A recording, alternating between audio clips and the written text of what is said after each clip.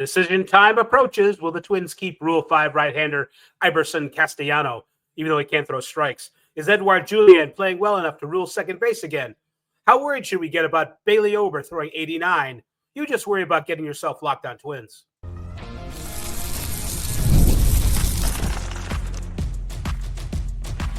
You are Locked On Twins, your daily Minnesota Twins podcast. Part of the Locked On Podcast Network, your team every day. Well, hello again, everybody. Welcome back to Locked On Twins, your daily go-to source for the top Minnesota Twins insight, discourse, and analysis. Personally, it's my favorite show of the Imperial Locked On Podcast Network, which, by the way, brings you your team every day. Don't forget to hit like and subscribe where applicable. I'm Dave Brown, an MLB writer since Bailey Ober stood 4'6" at birth. I'm also a BBWA member and a Hall of Fame voter. Across the Great Plains of cyberspace is Brandon Warren, who is taller than most bloggers. Brandon was a Twins fan who became a Twins writer, and now he's both as a site expert at Puckett's Pond, a blog about the Twins. Go read Puckett's Pond now. Well, today, before you go to bed, after you wake up. On the podcast today, Bailey Ober actually said the phrase. He was working on some stuff, and that's why his velocity was down to about 89 instead of nearly 92. He confessed to being a big old bear, and sometimes big old bears have a tough time keeping mechanically inclined on the mound.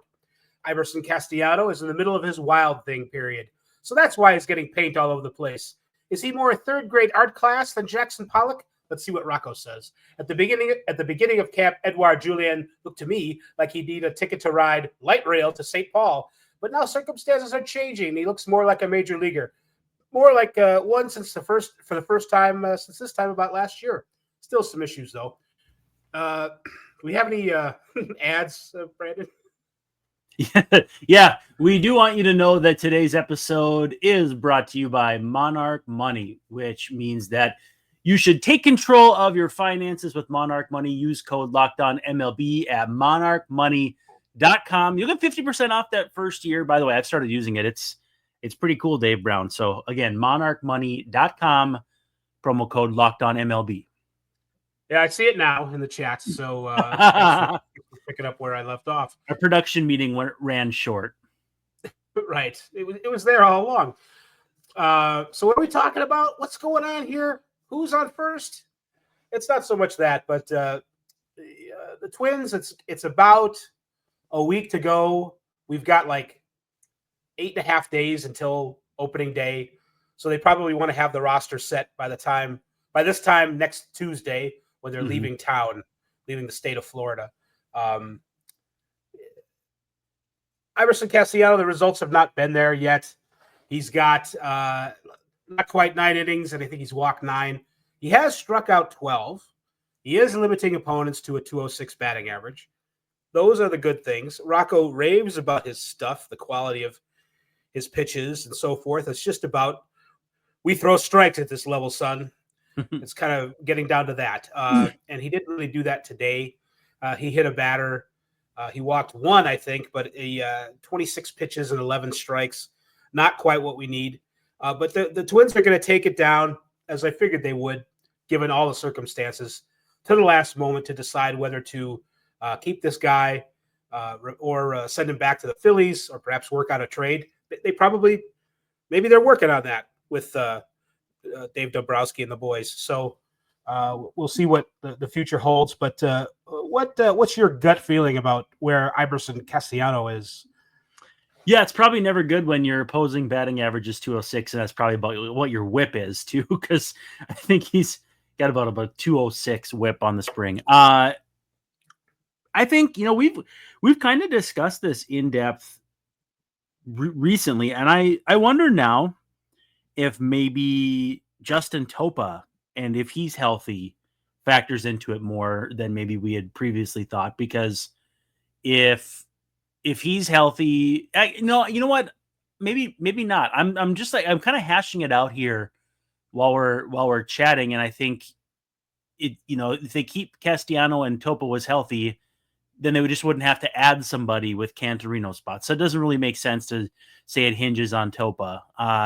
So if Topa and Tonkin were both healthy, maybe Topa still goes to St. Paul and they keep Castellano. I'm not entirely sure, but I just I don't know how long a team that wants to be successful and contend for the division can light a 26-man roster spot on fire, because I don't think you can use him unless you're up 7-1 or down 7-1. And even then, Rocco kind of uses the kid gloves. So if he makes the team, it could be a pretty short run. I hope for the best, because obviously, Rocco's not just blowing smoke about how good this kid's stuff is. But at the end of the day, if you can't locate it well enough to not walk a batter per inning, and again, it's spring training, it's a very small sample size, and we obviously don't know the intent most of the time of these players, and we'll talk about that with Bailey Ober in a second here. But when you're the Rule 5 guy, I think the stats maybe just matter a little bit more. And in any event, walking a batter per inning in more than just a couple innings also becomes problematic. So I don't know. I mean, I think I'm not holding my breath that he's on the team a month from now. I think that's kind of where I'm at. We'll turn violet, if you keep holding your breath. Yeah, right. A couple things going for him. Rocco's obviously very patient. One and two. There is some, I think, hopefully short-term unsettledness. Not really a word about some of the spots in the bullpen that aren't Jax or Duran or Coulomb or where Topa has only made one appearance, I think, since March 5th. Brock Stewart, his arm feels good. That's me knocking on wood. But he had a hamstring issue in his previous outing. He needs to go back out there and test it under duress. So that's, and he hasn't exactly pitched a lot of innings, but it's probably on purpose in the spring. And, you mentioned Tonkin's injury and other things that are in flux at the end. There's a couple of, at least two spots in the bullpen that I think are not quite settled. So it's, I think what you said about a short leash into the regular season might be what ends up happening here. And they're going to give him a start in his next spring appearance to get him right into the game, see how he does. And then if he does well, Rocco said that he had done well in the previous outing to this one. If he does well, that's 2 out of 3 decent outings. If you're looking for optimism on the meatloaf, a half glass full. Exactly. That ain't bad. So it ain't over yet. But the fat lady's kind of warming up in the bullpen. So so Castellano is still a maybe for the roster. Bailey Ober is definitely on it. But in the last 2 starts, this one especially, his velocity was down. And this is pretty much across the board. And of course, it's time to panic on Twitter, which people did. And he explained after the game to reporters that he is going through some mechanical issues. His timing is off, and he's not throwing as hard as he'd like. And I think this was probably going on in his previous start too, which his velocity wasn't quite there either. But it's because he's like, I'm 6'9", which is a stunning admission. And nice. 6'9" people, they sort of unfurl themselves. It's a big project to pitch a ball when you're 6'9". It's not, it's not. We're not talking about Tom Gordon out there, light and compact. So there's things that can get off with the timing, out of whack, and that's what is going on. He says he feels fine, but he doesn't feel like he's getting the most out of his pitches because his timing's off. So I don't think this is anything to worry about at all. It's just on the after the Joe Ryan being a mile and a half off the day before because they were on the road and he didn't feel comfortable letting it all hang out in a road game. It's Twins fans are going to get a little crazy about things. It's that time of year. Well, I've read enough scouting reports over the years to know that pitchers of that height, that's kind of like the drawback. Sean Jelly of the Giants, who is actually from Minnesota, has had issues with that. Randy Johnson, famously, like his career took quite a while to get off the ground. And then they had a prospect, I think his name was Ryan Anderson, who they thought would be the second coming of Randy Johnson, and he just never figured it out. And I don't know if it's like kinetic chain stuff like Trevor May used to talk about or what exactly, but once the body starts in motion, you have to kind of like clear all these different checkpoints. And I think that's what Ober's talking about. I stood next to him at Twins Fest Live, which is not Twins Fest, mind you. And I was just struck by even how impossibly tall he felt.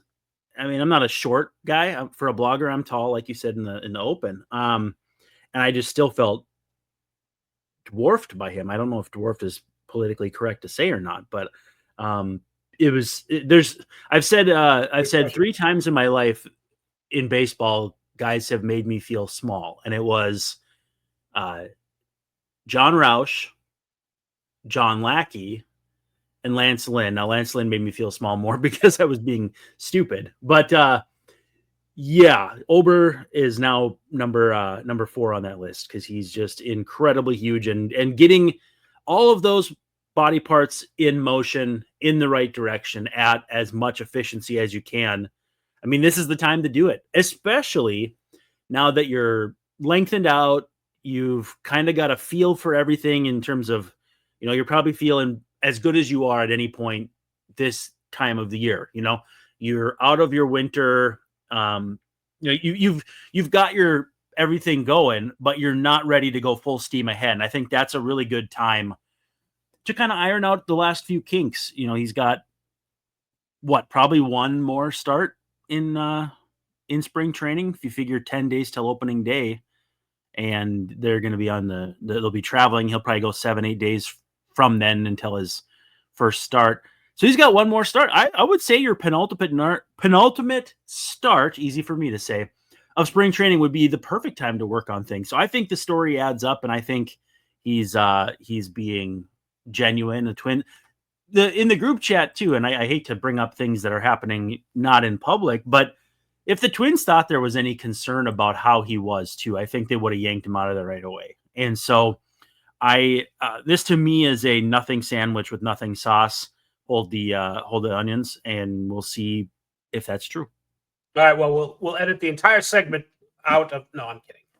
It was good to hash it over because there's a lot of hash going on here as we come down to the end of spring training. But now is a good time, I think, to take our break.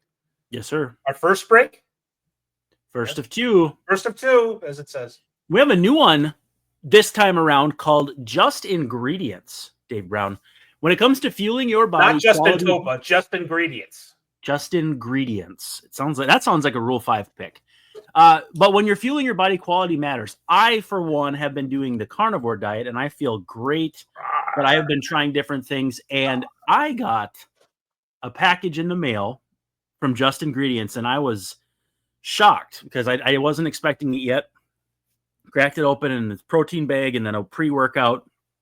And my wife has really gotten into protein and nutrition and that sort of thing. And she goes, "Where'd you get that from?" And I said, "Well, it's new sponsor." And she goes, "Brandon, that's the best of the best. That's the good stuff." So I was like, all right, well, let's give it a shot. And it can become our staple, our routine one. And they're sponsoring the show. That's why, though, Just Ingredients is changing the game with clean, high-quality products designed to support better health and peak performance. Just Ingredients offers an NSF-certified line of protein powder, electrolytes, pre-workout, and creatine, all rigorously tested to ensure that they're free from substances banned by major athletic organizations. Just Ingredients has also partnered with 2-time MVP Bryce Harper, who trusts their NSF-certified sports line to fuel his training and recovery. Visit justingredients.us and use code LOCKEDONMLB. You'll get 20% off. And for more wellness tips, follow @JustIngredients on Instagram. And we got to show some more love for Monarch Money, with one of our newer sponsors, not as new as the last one, but it's still pretty new. And if you've ever checked your bank account and wondered where all your money went, you are just like the rest of us. And that's not me saying you're not special, but it does mean that between dining out, online shopping, and entertainment, it's easy to lose track of your finances. And that's where Monarch Money comes into play. It's your personal CFO, giving you full visibility and control over your finances. Monarch Money is not just a budgeting app. It's a complete command center for your finances. You can track all your accounts, investments, and spending in one place, so you stop just managing your money and begin building wealth. Again, I keep saying that I love seeing all the different transactions in one place. I love the combination of here's your like your liquid, funds and everything, and here's your investments, and here's your assets like your home or whatever. Your home or whatever. I make it sound like it's no big deal, but all of this is in one place. And again, it is incredibly streamlined, incredibly easy to use, and I can't recommend it enough. Take control of your finances with Monarch Money. Use code LOCKEDONMLB at monarchmoney.com, and you'll get 50% off your first year. That's monarchmoney.com, code LOCKEDONMLB, and you'll get half off that first year. Locked On Twins rolls on. Brandon and Dave talking about the Twins game today. I believe they lost 6-5. Yes. We don't care about that kind of results in spring training. It's just at least one idiot that wants Rocco fired for it, though. Sure. I prefer not to know this idiot, but I know he's out there somewhere. And I guess it's, if you played 30 exhibition games, you wouldn't want to lose them all. That would get old. So at some point, you care if you win or lose, but you don't care like you do during the regular season. It's not really even close to something like that. But actually, can I interrupt you for just a second? Absolutely not. Yeah, go ahead. Did you watch any of the first game of the season? I did. I wanted to do the thing where you can go back to the beginning. I wanted to sleep in a little bit, miss the first hour or so. But when you have the MLB.TV app, you can go back to the beginning of the game and watch it and then zoom through the commercials. And I didn't want to see the score. Yeah, well, I screwed it up. So I ended up watching from the 7th inning on. The score was like, oh, the Dodgers are winning. I didn't want to see that. So, I did. I watched 2 or 3 innings of it. A lot of people don't want to see the Dodgers winning, but it's just what's going to happen. I thought Yamamoto looked really good. And I missed that part, but I assume it went well. Yeah, and beyond that, I mean, kind of a tough deal to have Freddie Freeman scratched from the lineup, and it certainly didn't look like no Mookie either. Right, it didn't look like the Dodgers team that you're going to expect to see for 160 more games or 159 more games here stateside, but they got it done just like they always do. And I'm excited for baseball to be back, but at the same time too, I've seen some people kind of confused or conflicted of if it makes sense to go over there, come back to spring training. Honestly, I was just happy to see baseball that counted. Sure. This time it counted. Yep. But I think it was maybe it's a little ham-fisted in how it's handled as far as this side of the country goes, or this side of the planet.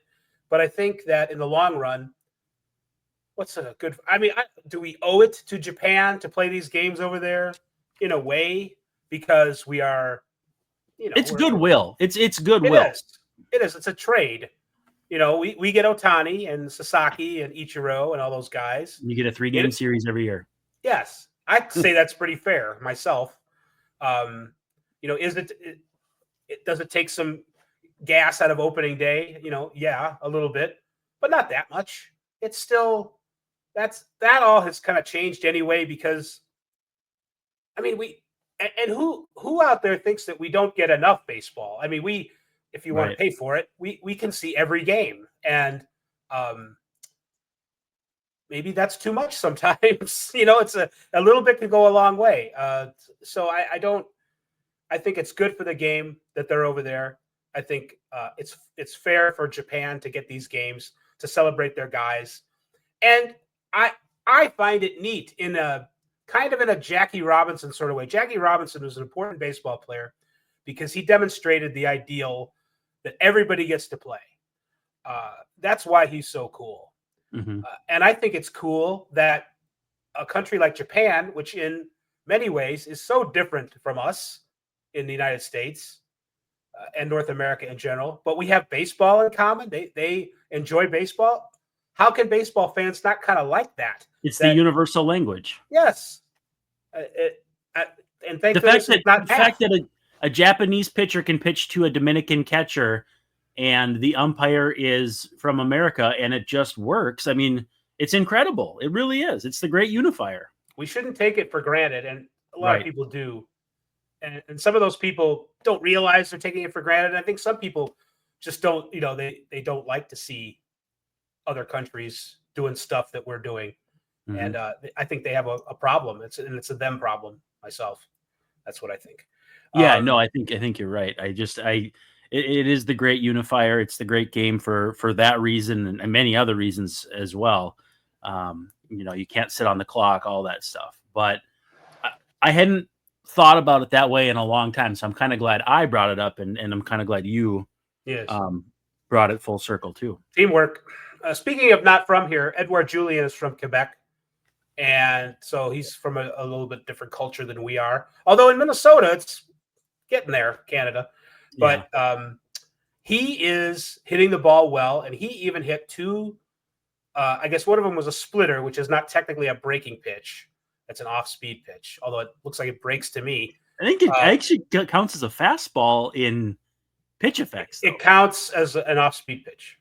Oh, it does? Okay. It's because it's different than a four-seam or two-seamer. A cutter even counts as a fastball. Yes. But a splitter doesn't. So this could be arbitrary stuff too. I don't know. Well, it's just growing up, Bruce Sutter threw a split-fingered fastball is like, doesn't really work to call it that because it moves a lot and it doesn't go fast. It's, it's like. It goes pretty fast. It goes, but maybe like 5 miles an hour slower than maybe more sometimes than a I always think of like 85 miles per hour with a splitter. I don't know why that registers in my brain. I mean, you can throw them, but I think that's kind of slow for a splitter. I think they're usually like. Well, I grew up in the mid 90s when that was actually probably closer to what the radar gun said. Yes, I guess you're right. Yeah. Hey, let's take this last break before we do Edouard Julien, and that way we don't miss out on some of our friends. Yeah, because we always run out of time here, Dave.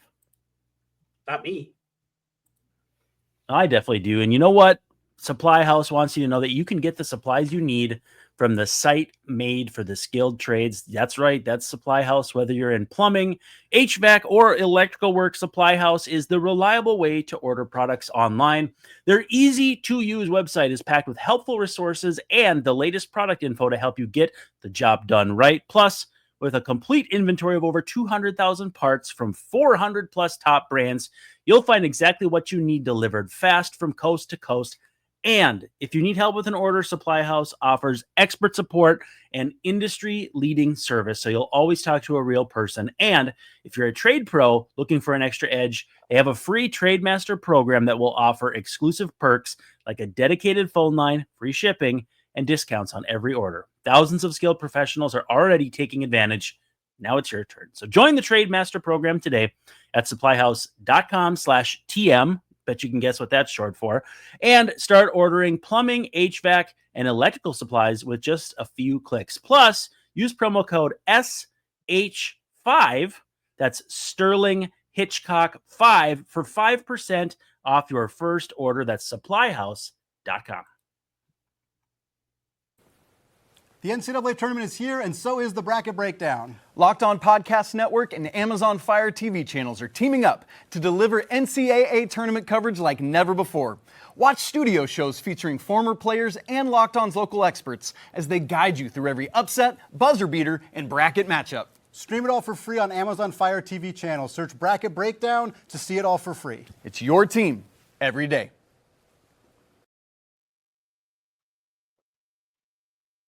I like those guys. They remind me of Jake Berger and Eno Saris. It definitely has the Eno Saris haircut. Or like Kyle Mooney. Anyway, you're not aware of Kyle Mooney? Patrick Mooney of The Athletic. I think Patrick Mooney kind of looks like Norm Macdonald in his not present day Norm Macdonald. You see it? I see it, yes. I don't see corpse Norm Macdonald.